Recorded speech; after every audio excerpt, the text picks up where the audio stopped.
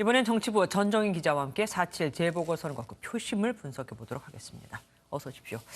오세훈 서울시장이 됐지요, 이제. 네. 압도적인 득표로 당선이 됐습니다.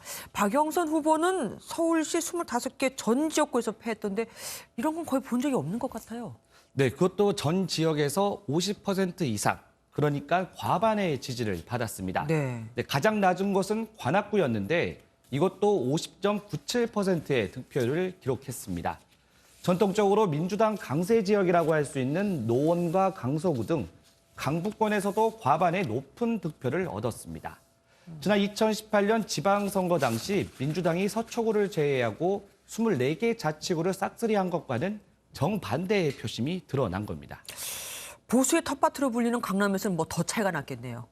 네, 강남구와 서초구는 각각 73.5%와 71%로 사실상 몰표를 받았고요. 네. 두 곳 모두 투표율도 가장 높았습니다. 여기에 송파구와 용산구도 60% 이상의 득표율을 기록했는데 모두 최근 논란이 되고 있는 공시가격 등 보유세 이슈와 부동산 문제에 관심이 많은 지역이라는 겁니다.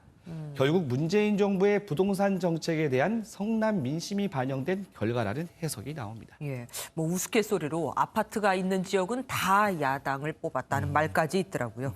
같은 구에서도 재개발, 재건축 이슈에 관심이 높은 지역일수록 또 야당을 뽑았다는 말도 있던데요. 네, 오 시장은 강남구 중에서 압구정동에서 88%의 높은 득표를 보였는데요. 네. 그중 압구정동 제1투표소에서는 93.7%가 5후보를 찍었습니다. 93.7이요? 예, 이 정도면 뭐 몰표를 준 셈이죠. 그렇죠. 예. 이곳은 최근 재건축이 추진되고 있는 압구정 현대아파트가 있는 곳입니다.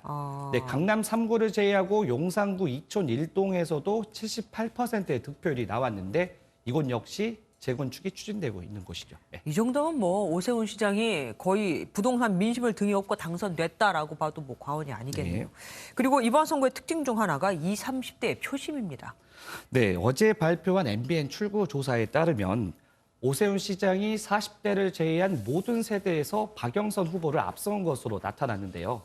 그중 18세 이상 20대에서 오세훈 시장이 57.8%의 득표를 보이며 박영선 후보를 23.1%포인트 차이로 이겼습니다. 네. 2030은 현 정권의 핵심 지지 기반이었는데 이번 선거에서 완전히 돌아선 겁니다. 네. 사실 박영선 민주당 후보가 선거 막판까지 청년층 달래기에 공을 들였었죠.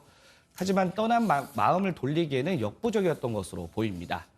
부동산값 급등으로 인한 계층 간 사다리 실종과 공정 이슈에 민감한 2030이 조국 사태 등을 거치면서 집권 여당의 등을 돌렸다는 분석이 나옵니다. 그런데 같은 20대라도 남녀 간의 표심은 극명하게 엇갈렸던데요. 네, 맞습니다. 지상파 3사 출구조사를 좀 보면요. 20대 남성 유권자의 72.5%가 오 시장을 지지했지만 네. 여성 유권자는 40% 정도만이 지지한 것으로 나타났습니다. 20대 여성들은 박 후보에 대한 지지율이 더 높았는데 눈에 띄는 점은 기타 후보에 대한 지지율이 15.1%로 꽤 높았다는 겁니다. 그러네요. 15%. 네, 기타 후보에는 여성과 성소수자 지원을 주요 공약으로 내건 후보들이 많았는데 젠더 이슈에 가장 민감한 20대 여성이 제3의 대안을 찾고자 하는 표심이 강했다는 설명입니다.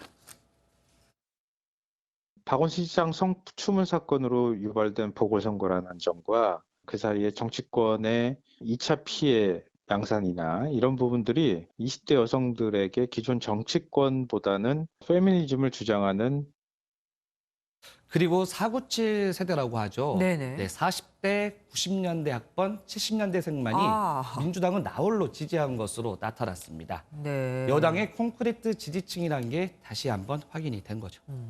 박형준 부산시장은 뭐 더 큰 차이로 당선이 됐잖아요. 그러면은 부산 민심도 뭐 서울과 크게 다르지 않다 이렇게 볼 수 있을까요? 네, 맞습니다. 김영춘 후보에게 거의 더블 스코어로 이긴 박형준 부산시장은 서울과 마찬가지로 부산 전 지역에서 과반의 득표를 보였습니다.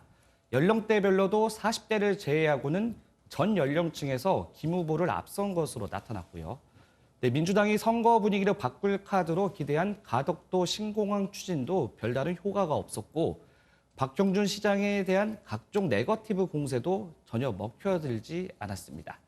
그만큼 이번 선거가 정권 심판 성격이 강했다고 볼 수 있겠습니다. 예, 선거 이모저모 뒷이야기 잘 들었습니다. 지금까지 전정인 기자와 함께했습니다.